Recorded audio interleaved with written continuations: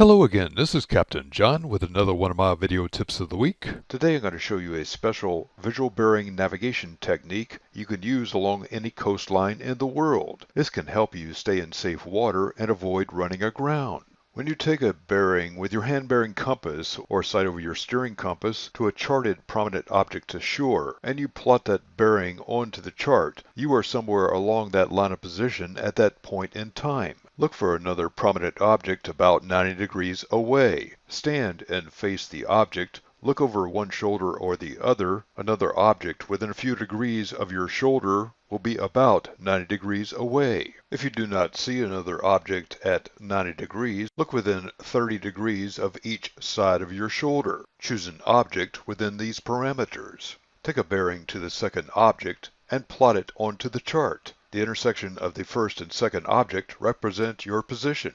Realize that on a small sailboat at sea, any bearing taken from a compass can be out as much as 3 to 5 degrees. In rougher weather or when fatigued after a long sail or a cruise, add and subtract 5 degrees to each line of position. Then plot these lines onto the chart as shown in the illustration. This provides you with a more realistic picture and gives you the edge in navigation safety. Now you can make a more informed decision to keep your small sailboat in safe water and your crew safe and sound.